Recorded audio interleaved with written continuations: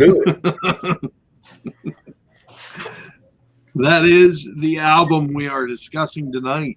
Oh, I didn't even know you hit Now, live. I hit the live. Oh well, it's all good. I don't think Black Francis will throw a copyright strike at me. No, I don't think so. I didn't even. I didn't realize you. I went to put it on. I stopped watching. I didn't even know you hit live. But anyway, this album, this is not the cover. I don't want to show the cover because there's a half-naked lady on there. But this is artwork from the album. Surfer Rosa by the Pixies. So obviously it's not the first time I've heard it. What do you guys think of it? Go ahead. You could go vote. I thought it took me a couple times listening to it before I kind of got like it sounded better after the first couple times listening to it. You know what I mean? It's kind of weird. Just like first time I listened to it on, it's like, yeah, it's all right. Second time, okay. Third time, it got a little better. Definitely something that I normally wouldn't listen to or haven't listened to, but I actually enjoyed it. Like I said, the third time or so listening to it, it sounded a lot better. I knew a lot of songs on this album, but I had never heard this album the whole way through. I heard one song.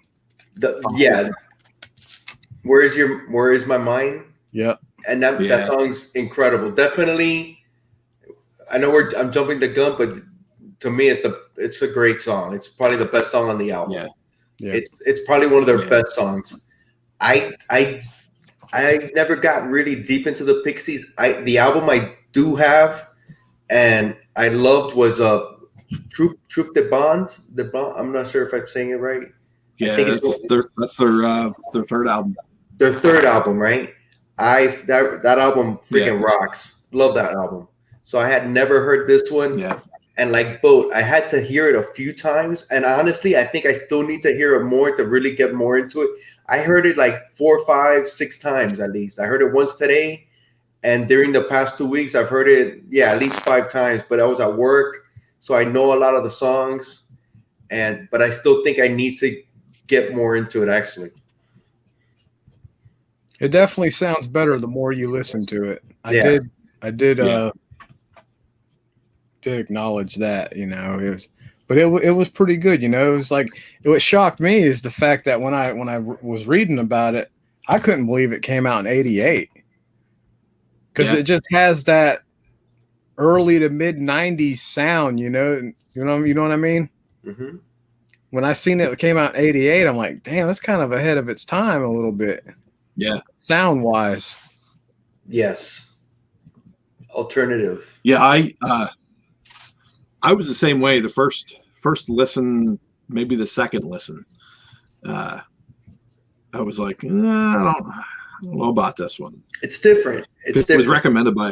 It was recommended by a friend, but it wasn't until I heard the follow-up record Doolittle that I returned to it, and I was like, damn, this album freaking rocks.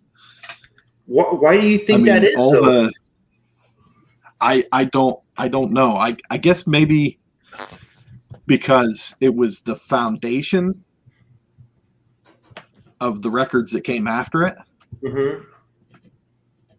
Maybe I listened to other parts of it a little closer, like the guitar work. That guitar work is just unbelievable. It reminds me of like Weezer, and some of the surf rock that came out in the '90s. Yeah, definitely. But my first impression of it when I listened to it the first time, the first thing I thought was like garage rock. Totally, right? Yeah. And you can tell, it was definitely the recordings was on the low budget side as far as, I forget what song it was. Like let me see. It literally sounds like he's like talking into like a cheap mic, singing into a cheap mic with the freaking gain all the way up. I want to say it was, I can't remember exactly if it was Something Against You or Broken Face, or no, it wasn't Broken Face, I don't think. It's one of those where it's just really distorted vocals, like singing into like a can.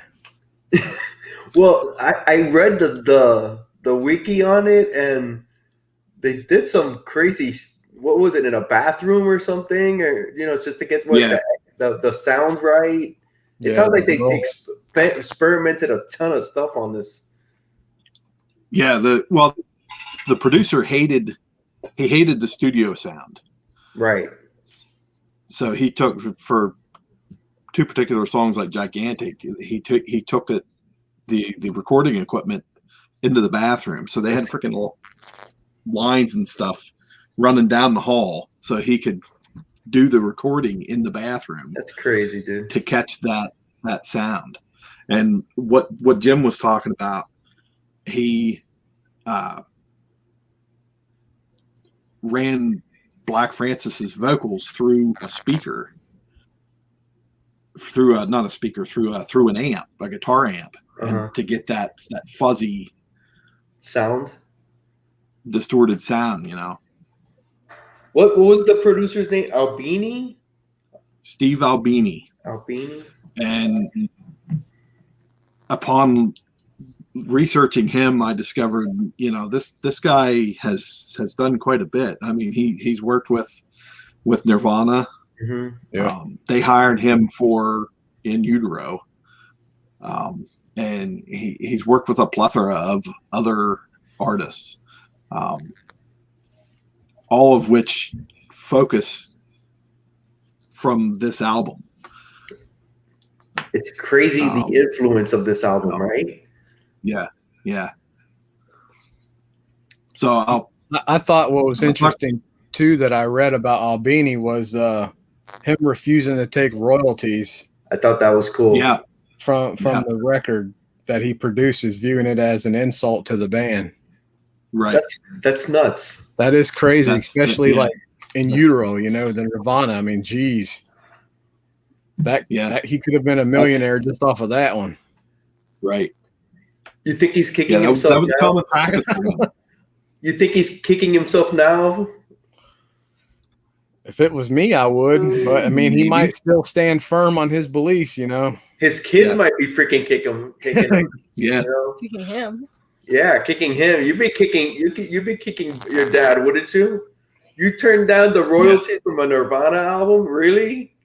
Wow, principles. Forget principles, man. And he was actually the front man for a punk band called Big Black beforehand. I've never heard of them, but Wikipedia seems to recognize who they are because they have a full, not a full page, but a small page dedicated to them. But we'll go into the history like usual. It was their first full-length album. They had a mini LP before that, but this was released in March of '88.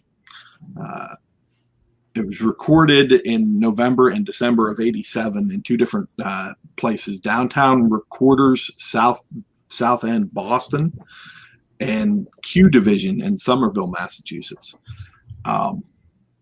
It was released on 4AD, which was an indie UK label.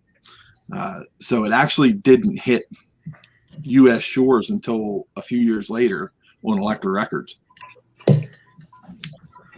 And the producer was Stephen Albini, as we've already addressed.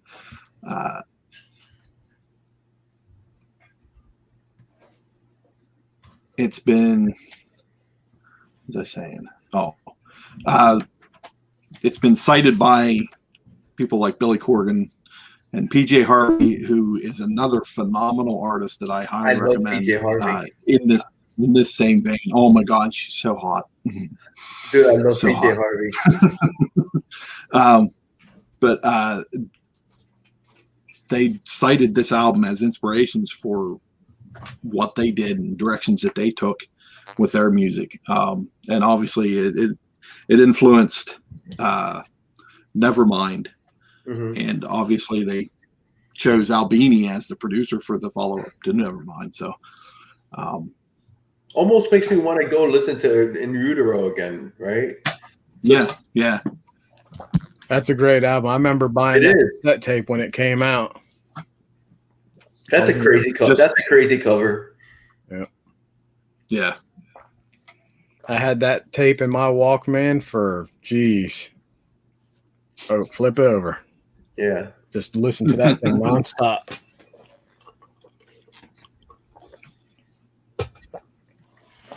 That'll be a good one to do for sure. Definitely.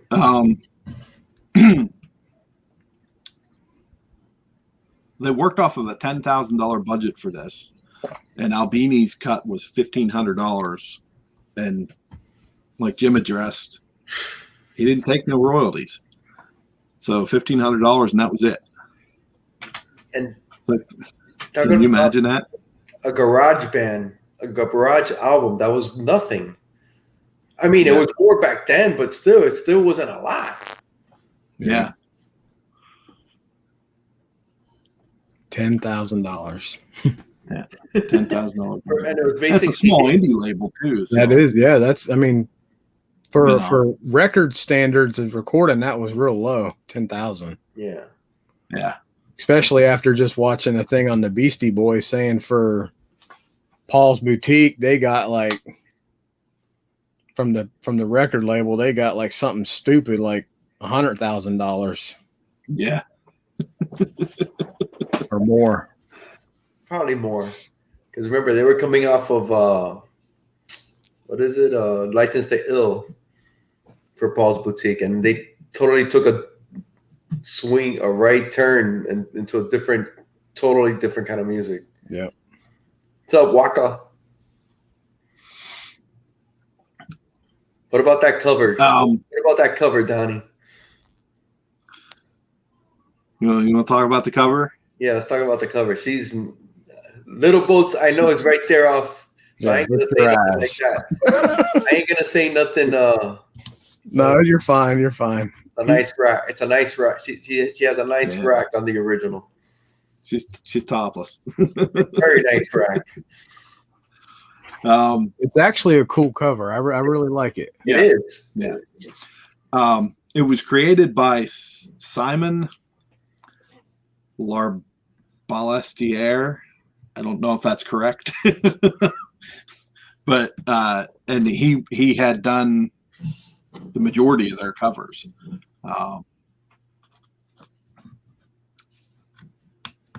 Dude, that is a cool cover. I do like it. It said he decided to build the set in order to produce the photos because he couldn't find the atmosphere that he wanted naturally. Mm-hmm. So he built an entire set to come up with the album covers or the album photos for this. And it was an idea that Black Francis, who is the lead singer, rhythm guitarist, he came up with the idea for the cover as he wrote songs in his father's topless Spanish bar. So, he used real life influence to come up with the idea. And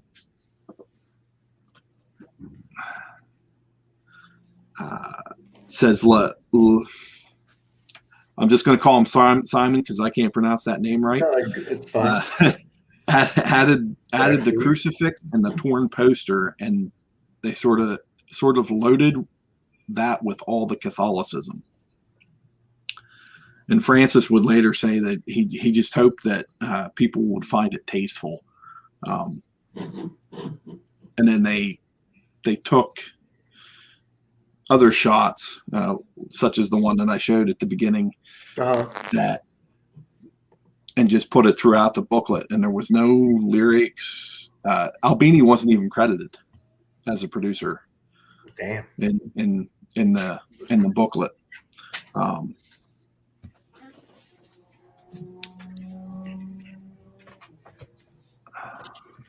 My first reaction to the cover is when I first seen it after coming off the Jane's Addiction. I'm like, what kind of show we running here? Yeah. I was thinking that too. They kind of got the same vibe, right? They came out about the same time, didn't they? Yeah, a few 88, years, 87, a few years, yeah. I think the Jane's Addiction was, what is it? It was right around the same time because 91 came out. Yeah, Ritual the Habitual was 91, so the Nothing Shocking was right around 88 too, right? I believe so. Yeah, I think it was the beginning of 88. Yeah, same time. What's funny about that album cover is 4 years ago now, I think, I posted on Facebook an album, each day for the 1 month. I think it was September. I can't remember. Right. That albums that influenced my musical taste. And when I posted that one, Facebook flagged me, and they removed the post and told me a bunch of stuff. And I was like, really, Facebook? After some of the stuff that I've seen on here? But anyway. For an album that's been out 30 years, really? You're going to get me on that? Yeah. So I put the Doolittle cover up instead because I like that one just as much. It's funny because I remember I got Troupe de Blonde. I don't know if I'm saying that album from them, and I just had to see what the hell was going on with the fish eyes, because that one has like fish eyes on the cover, and I was like, what is this, bro? And I just picked it up on that, and I liked it. I had no idea who the Pixies were at that time. It's not like they got a lot of airplay or anything, so you kind of found out about it. We didn't have YouTube, we didn't have all this other stuff, so you would just go to the record shop. This looks interesting. Let me give it a shot. And I was glad I did, because I should have got more into them. Honest, just didn't.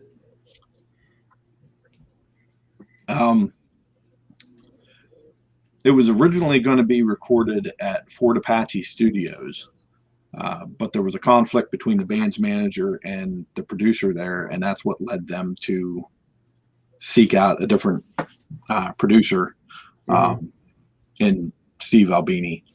And I think they went the right direction, because he was looking at different ideas. He said later that it could be recorded, it could have been finished in a week, rather than having two separate recording sessions. He said, but we decided to stretch it out, in order to just kill time and see what else we could come up with.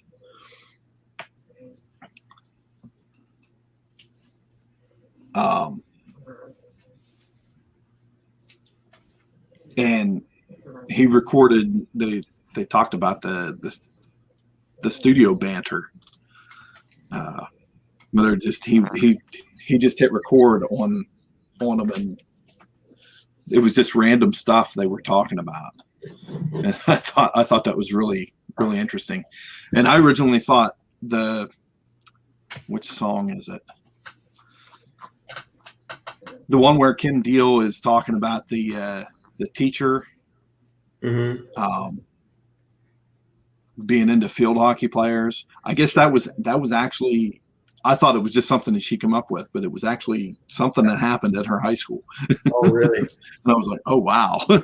I like to talk, and when I heard Spanish, I was like, I was at work, and I had it in the background. I go, wait, where did this album just go? And I started hearing Spanish and stuff, and I was like, yeah. What? It kind of threw me off for a minute. But yeah, field hockey, cool.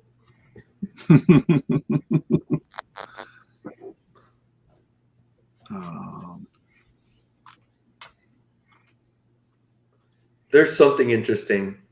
Did you read that part about the quote? I mean, he made that comment about them. Did you read that? I'm not sure which one you mean. It's look where it says legacy. If you're on Wikipedia. Oh, Yeah, when I okay, who was impressed by the album? Watts Russell recalled. I remember when I first heard Surfer Rosa thinking I didn't know the Pixies could sound like the. Oh no, it's not that one. I'm sorry. It's Albini told the Forced Exposure that Surfer Rosa was a patchwork pinch loaf from a band who at their top dollar best are blandly entertaining college rock, and said of the band, their willingness to be guided by their manager, their record company, and their producers is unparalleled. Never have I seen four cows more anxious to be led around by their nose rings. Dude, that's yeah. crazy. That's nuts for him to say that. He just totally dissed on them. Yeah. It's crazy. He said that in 91. That was like, what, 2 years after the album? 3 years? Yeah.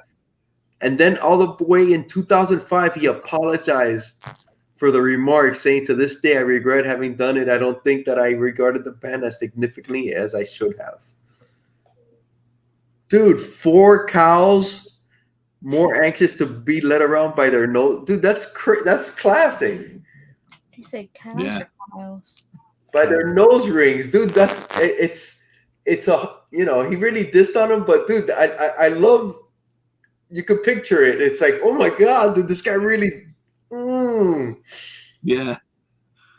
He was blunt, hard. and if that's what he saw, if he was going to be blunt, then that's the way he was going to say it. God. But it's something he was part of. People held it in high regard. Yeah, thank you. Thanks, Jeff. The best Jets quarterback. Yes, you did, Bo. Wow.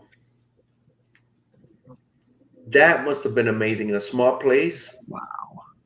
That's crazy. That's awesome. Yeah. I couldn't imagine some of the, like, oh my golly on stage. Wow.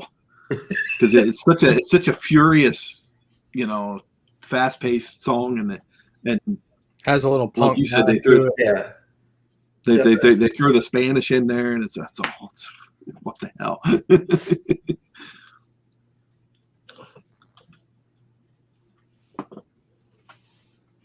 Yeah, I enjoyed Oh My Golly. That was a good song.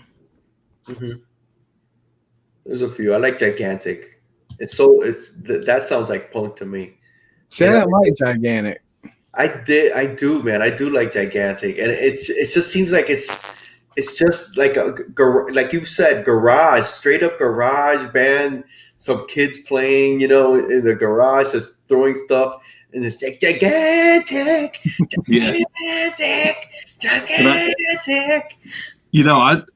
I like Kim Deal's vocals on that. I thought they were spot on for it. It's and just the part at the beginning where she's going, "Hey, Paul, Yeah. let's have a ball."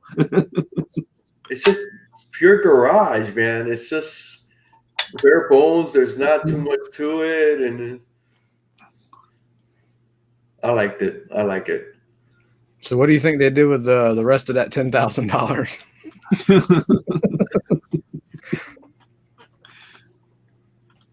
Who knows? That's a It good was question. studio time, right? Studio time in the bathroom. Yeah. That's what it was. Yeah.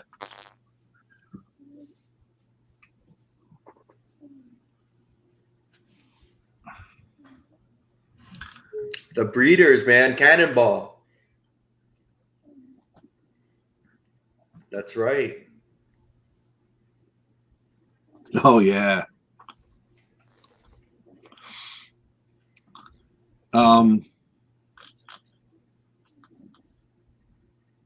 I kept thinking about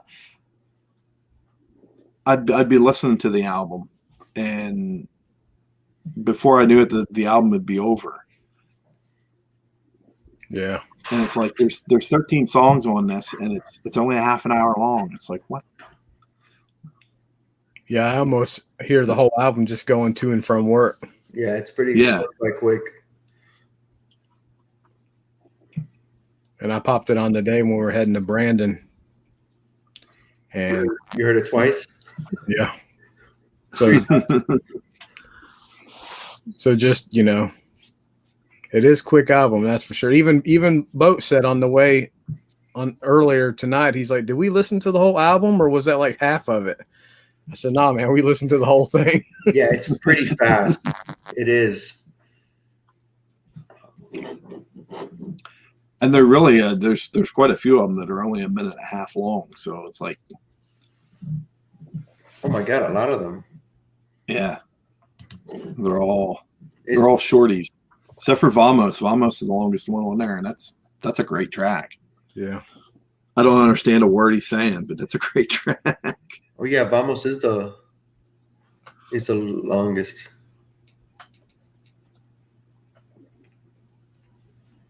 God, they are short, right? Yeah, I hadn't realized that.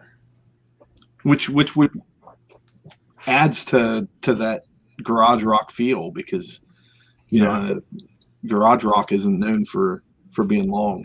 Yeah, like I said, I keep going back to I mean, Weezer was after them, so I wonder how much influence Weezer drew from the Pixies. Who do you think the Pixies got inspiration from?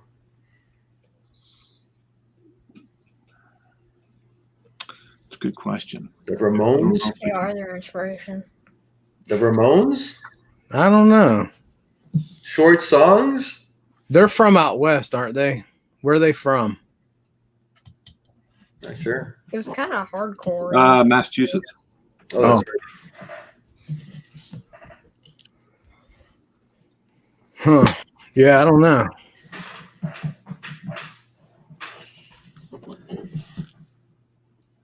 I would probably think the Velvet Underground. Maybe. Yeah, why not? Something like that, you know, or the Stooges. Yeah. Yeah, Stooges is a good one. Iggy Pop and that kind of stuff. And then, of course, you know, being Massachusetts, obviously a lot of the punk bands and stuff. That was the New York era, you know. Yeah. Could have a little bit to play in it. The thing about this album is like all the songs except Where Is Your Mind. It's like you hear the whole album and then the one song that actually sounds, you know, I don't want to say normal, but just has more, I don't know, it's just I don't know. I'm not a music guy, so I don't know. I just hear music. I don't know the techniques. I don't know any of that stuff. It just seems like it's a more, I don't know, developed song. I don't know what I could explain it.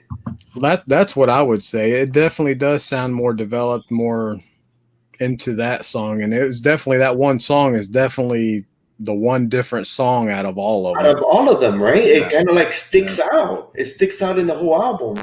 Yeah. And the Doolittle, cool. Yeah, Television. I still call that a win, Jeff.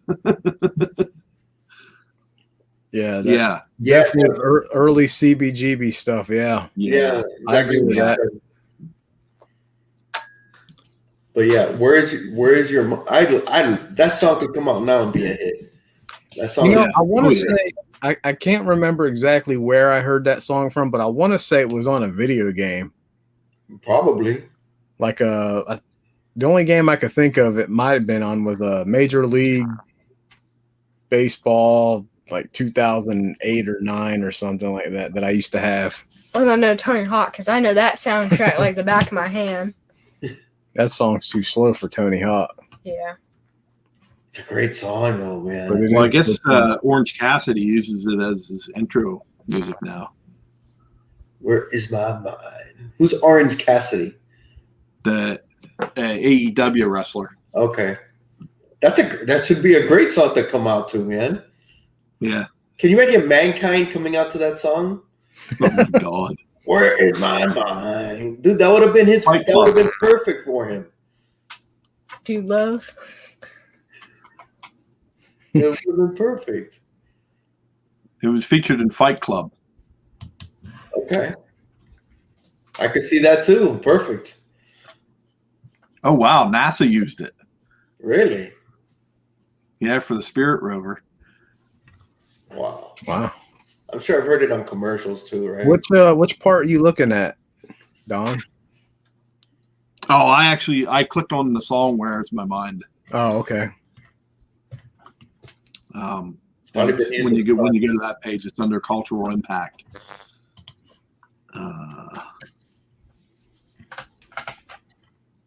That song was voted number 29 in the hottest 100 of all time music poll conducted by Australian radio station Triple J in 2009.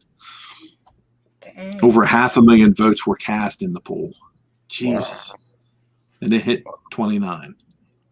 It says a lot. You would have to say that is their signature song, right? Yeah. Definitely. Yeah, no doubt. And when I listen to that song, it, like you say, it seems out of place. It does. It seems like but it. If you listen to Doolittle, it seems more like it should fit on the Doolittle album. It was of Things to Come. Right.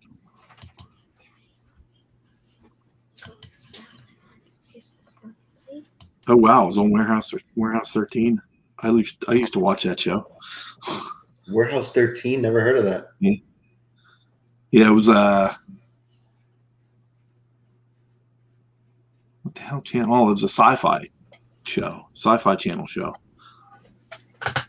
Oh, look at Jeff. It says it's in Fight Club when the buildings blow up at the end. Yeah. I knew I remembered watching it, but goddamn, I couldn't remember when it was in the movie. That's another movie I haven't seen in a long time. Yeah, same here. Yeah. I think I have it too. They were a precursor, Jeff. He's saying that they might have invented grunge. They were a precursor to it. Definitely. Yeah. Yeah, because they formed in '86. Yeah. And if Bleach came out Nirvana and all them got Billy Corgan, if Yeah. they got inspiration from it, then Yeah. I would definitely say that they were a precursor. Are they still together? Who? Of the Pixies? Yes, they were disbanded for 10 years, I think, 15 years, something like that. And they got back together. They did all solo projects and stuff. And I believe Kim may have spent some time in with the Breeders, but I'm not positive. And Black Francis had a pretty good solo career. And then they got back together and did an album. Yeah, she was in the Breeders. That's why Jeff brought it up. So he did solo, and now they're together again? Well, I read earlier, I think Kim left the band and they replaced her, and then they replaced the replacement not too long after that. Yeah. They replaced it with another. I'm not. Yeah, they're on their like third bassist. Yeah, I'm not sure she was on the album that you were talking about, that Triple Mon. And I don't know that she was on that one. I was looking for that Billy Corgan quote. Critical reception. There it is. Billy Corgan. Where is it?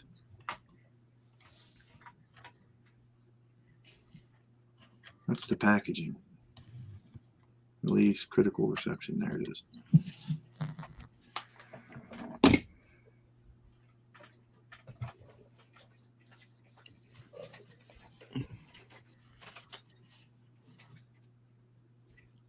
Oh, right here it says Billy Corgan described Surfer Rosa as the one that made me go. Holy shit.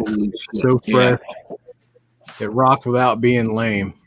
Corgan was impressed by the album's drum sound and acknowledged that the Smashing Pumpkins used to study the record for its technical elements. Mm-hmm.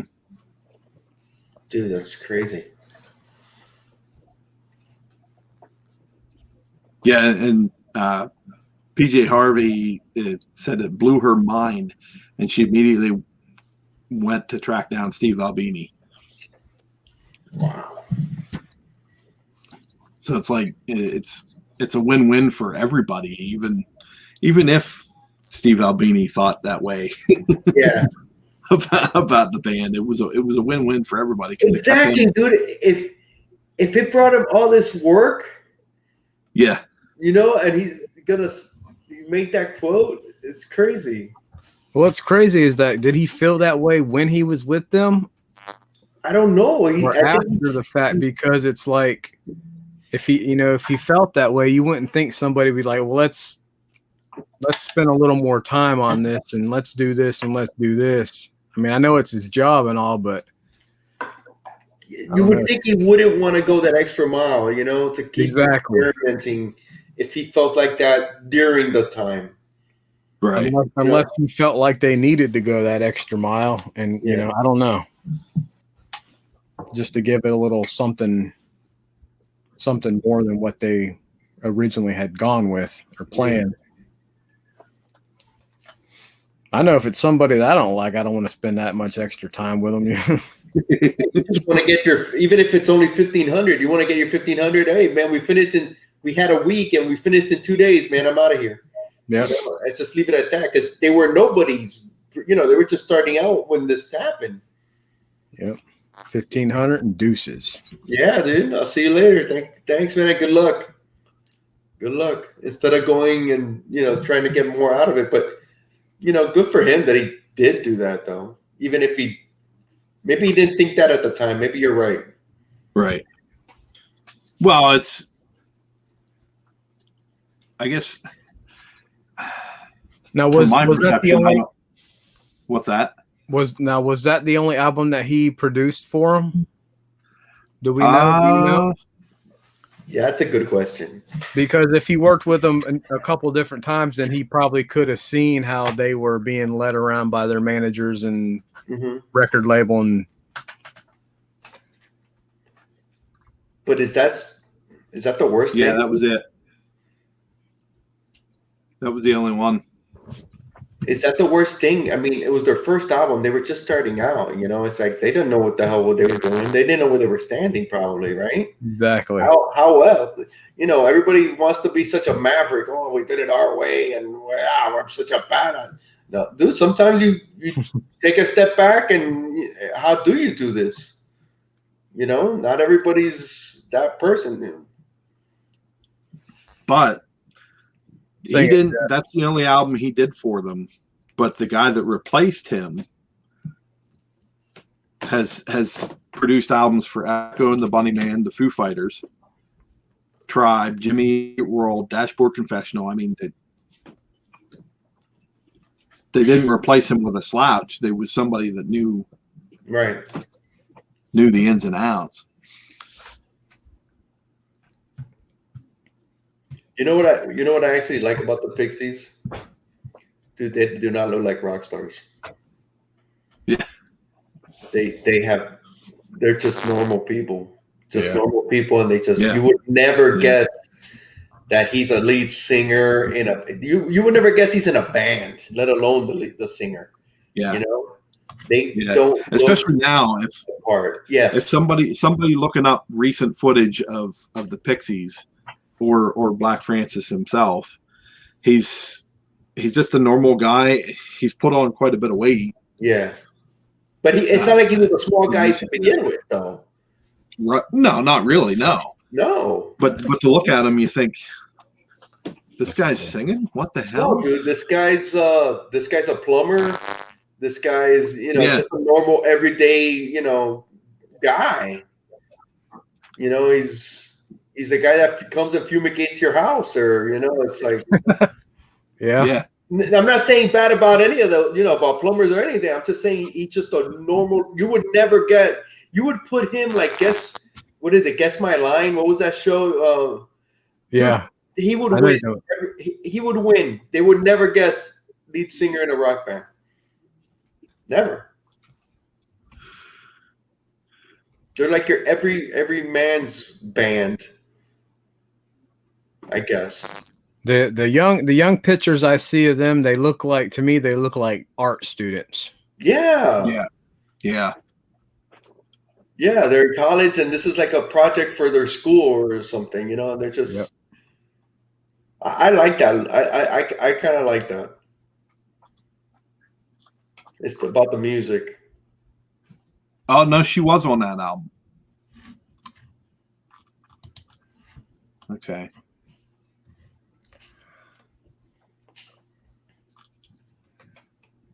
Jeff says he's still singing. Flash. Flash. Oh, savior of the universe. We'll save every one of us.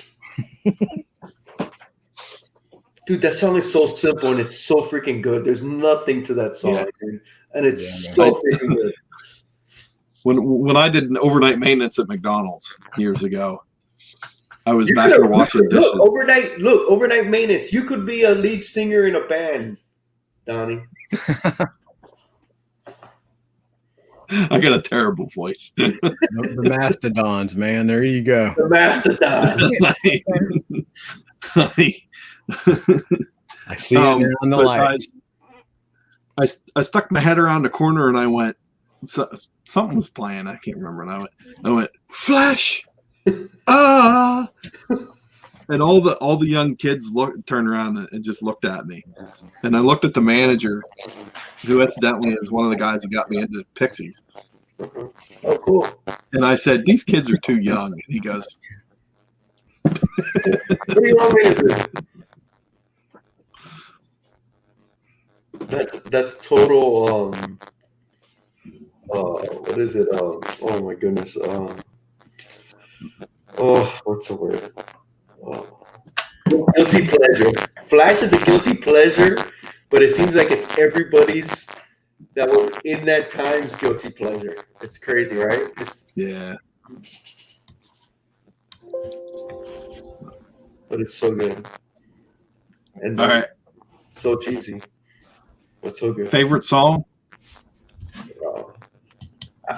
You know mine. Mine is that song is freaking. I'm not sick of that song. It's freaking awesome. Where is my mind, dude? It's just great. I don't get sick of that song, and I've heard it a ton. That's probably the song that I would pick too. But it's an easy one to pick, though. But I'm gonna go something different here. Let me find this track listing real quick. Give me 1 second. I actually like Bone Machine too.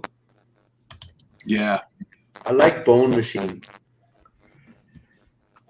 I like, man, it's tough. I like Oh My Golly. Break My Body is good. And Brick is Red is good too. I like that one. Yeah. If I had to pick one besides Where's My Mind, I would probably say Oh My Golly. I'm going with Bone Machine.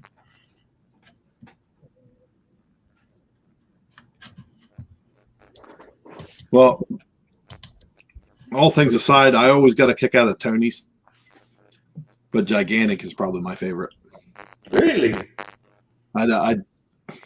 There's something about that song too, right? Yeah. Is it her vocals? I think so. Just the layout of the song, and it just I don't know. But yeah, Bone Machine, all the ones that you guys mentioned are just great songs on this. You know what I feel bad about? I know the songs, I just don't know. I can't put the names to the songs, you know? So it's like I feel like I got to go back and hear it again. Because the songs are so short that it just goes by fast. What's up, Biggie? Yeah, I mean, like Brick is Red. I like that one because that one to me sound like it was punk. Okay. Mm-hmm, mm-hmm. Oh My Golly had a nice punk sound to it, but after the third time listening to it, like I said, the more I listened to it, the more I started liking some of the other songs. But "Break My Body" was pretty awesome. Yeah. I remember the first time I heard Broken Face, and when he does that the high pitched, I'm like, what the hell am I listening to? But that's one that can kind of grow on you. I like all that stuff, dude. When they throw out different stuff and they're just trying out shit and it just sticks, you know? It's like what you remember the most. Right.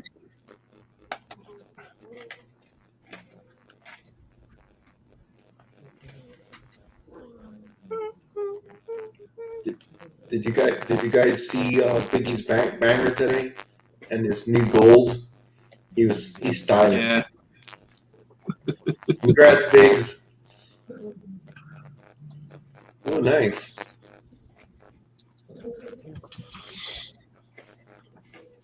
I could see them on Lollapalooza. Yeah, Totally, Yeah. Lollapalooza. They're a definite Lollapalooza band. yeah, I agree. And that's what kind of threw me off when I seen this album was released in '88, because when I first heard it, I'm like, this makes me think of like Weezer and all them early to mid '90s bands. Even the sound sounded like early mid '90s. But they all sounded like them. It's crazy, right? Exactly. Yeah. Yeah. At the heart of it, they They were the forefathers, definitely. And I've heard of the Pixies. I had just never heard them, except for "Where's My Mind," but I never knew who was singing it.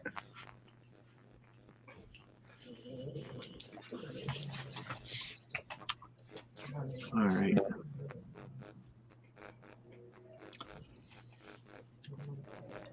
I'm trying to remember. This has sold 705,000 copies in the U.S. Never really charted in the U.S., but it charted at 93 in the UK.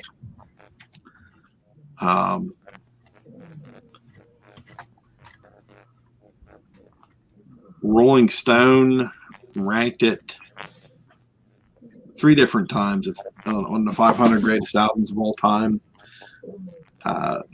First time was at number 315. Second time was at number 317, and most recently at number 390. That's just a lot. Yeah.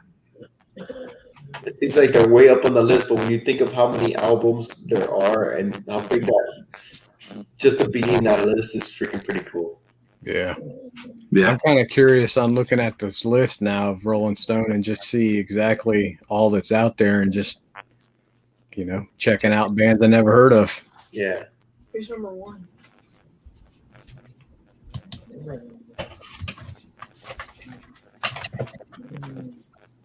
Definitely. 120 minutes. Definitely reminds me of that. Used to love that show. Is he throwing shade? He is. I've been slacking on my books. I've been taking a back seat on books, so I'm taking a little. I just, you know how I feel. I think prices are a little nuts, so I'm taking a step back. Yeah. So, I don't blame you. yeah, so I've just been getting new stuff that comes up, or some variants, but very little books lately. Yeah, I've kind of taking a break too. Yeah, Bought a few here and there. I'm the same. I've been doing a lot of reading the old classics. Good. I actually got not my first, but a Marvel omnibus. That's like the only thing, and I just got that the other day. So I'm gonna probably be hitting that pretty soon. But no big books in the horizon, Biggie. I'm sorry. Gonna get another statue though soon. So, but not no books. I know, dude. I know you're just kidding, bro. It's all good. All right. I don't know. I guess closing thoughts. I need to hit. I'm telling you, I heard this about 5 to 6 times, and I just got. I think this like both started the show off. It's an album you just have to listen to, and it's because it's a lot going on, and the songs almost like bleed into each other because they're so short. So it's difficult to know, but it's good. It's good. I love that garage sound, man. I just do. I'm a big fan of the Velvet Underground too. You know, I love them. So it's totally in my wheelbase. So I'm good.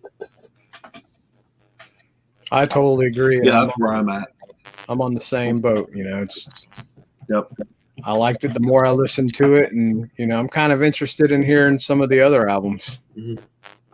Listen, the only one I know is Truth But Wrong, and I love that album. Yeah. I definitely recommend Doolittle. I love that album.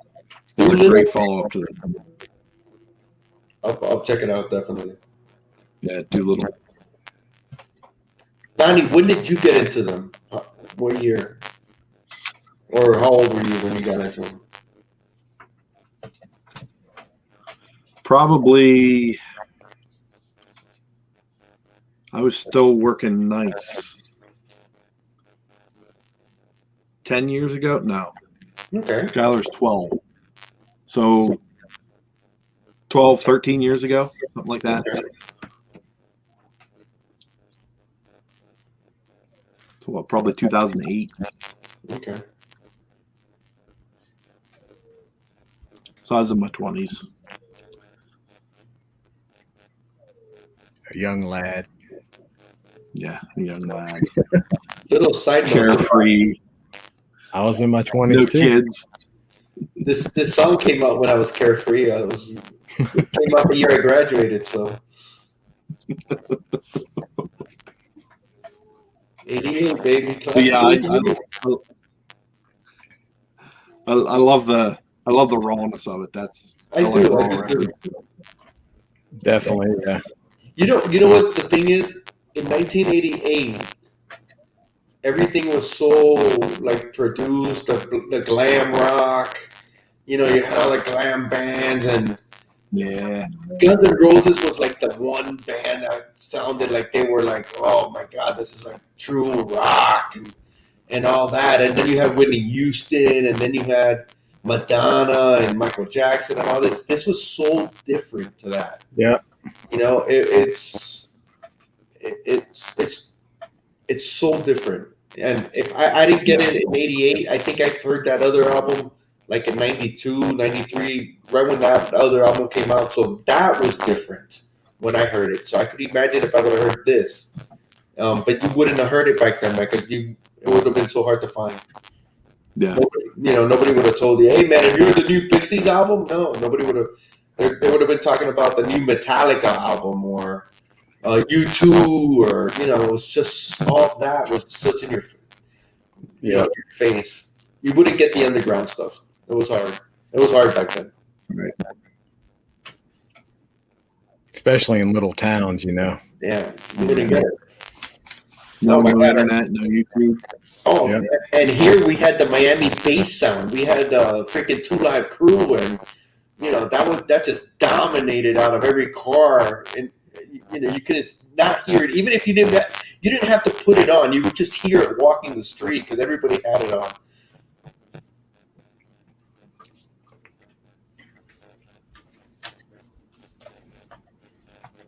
Definitely.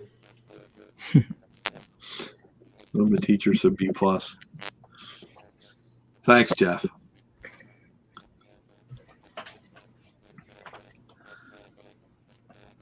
Well, I guess that's Donnie, it before for we this leave- episode. Before we leave, what's your shirt, man? Is that a hand on your shirt? Yeah, take a guess at whose hand that's supposed to be. I'm scared. So, Bigfoot. What's that say? You're close. Oh, nice. Andre the Giant. Nice. He's the eighth wonder of the world, man. Dude, I like that, bro. His footprint's on the back. Is it really? I don't know if it is or not, but It is. Dang. Cool. I like the orange. yeah. Would have been cooler if it had a little can of beer in it. And Oh yeah, right. Hey, that's cool though. Or Love Andre. Bob Eubanks. dude, Jeff's suggesting Doolittle as well. I'll definitely give that one a listen to Yeah. on the way to work. It's a great album. Monday.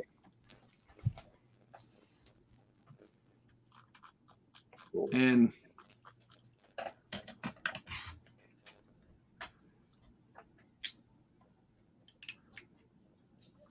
anyway, so I want to thank everybody who popped in the chat. Jeff for spending some knowledge. Kyle Walker for popping in. Biggie Shack. Definitely go check this album out. Go check the Pixies out. Great band, classic songs. I don't know when the next episode will be. I gotta figure out what we're gonna do, what I'm gonna do. Summer's heating up, so we're all gonna be kind of busy. I know heading into the month of July, that's a big month in my family. Lots of birthdays and of course 4th of July. I have the Doors scheduled, but that can always change. So I want to talk to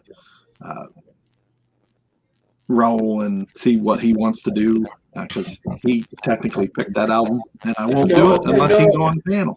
I know, and I can't make it that day. Right. So we can change that one, and I have a possible idea that I would like to do, but I don't know. Might slow it down and just take another break for a little bit, figure things out, and then maybe do that idea with the randomly picking albums from that magazine that I showed. Oh, that'll be cool too. But again, thank you everyone who watches it on the rewind, and everybody who watched tonight. And thank you to Jim for coming on tonight. And as always, my co-host Raul, highly a comic bro, for coming on. Great discussion on a great album, and I got a headache. So get out there and listen to some music. Sounds good.